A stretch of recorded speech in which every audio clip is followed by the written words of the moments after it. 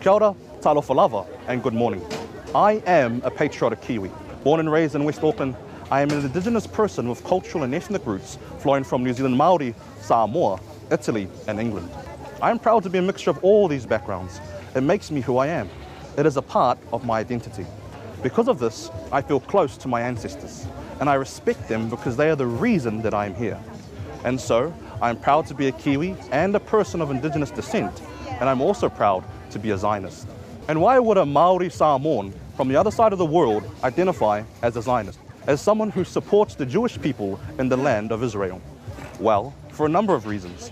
I, like many of my people, recognize the Jews as the indigenous people of Israel. The Jews have undeniable connections to the land of their ancestors, links that are proven by archaeology, history, literature, and genetics. The Jews are the tangata whenua of Israel. I could recite from memory my Samoan genealogy back to the 1800s, and I have the documents to prove my ancestry all the way back to the 1400s. My ancestors' connection to Samoa is indisputable. But the Jews, they can prove their connection to the land of Israel going back thousands of years. Everyone has heard of King David.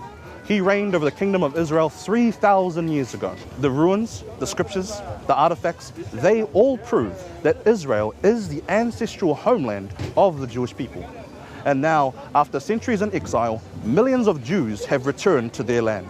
I am here in the Otara Flea Market, a bustling, colourful place of racial diversity and plurality, a multicultural place where people from different racial and social backgrounds can all come together and participate in their daily affairs without being persecuted, living and going about their lives in peace.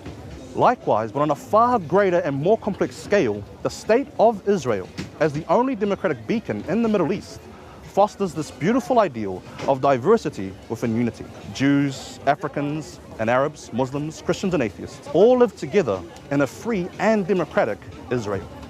There are those who label Israel an apartheid state, but what could be further from the truth? Arab citizens of Israel have greater rights and protections than Arabs in any of the surrounding nations. Arabs serve as professors, members of parliament, police officers, and even as judges. Israel may be far from perfect, but apartheid it is not. Israel, as a nation, personifies inclusion, not exclusion. Surely such a reality is worth cherishing and protecting, encouraging and supporting.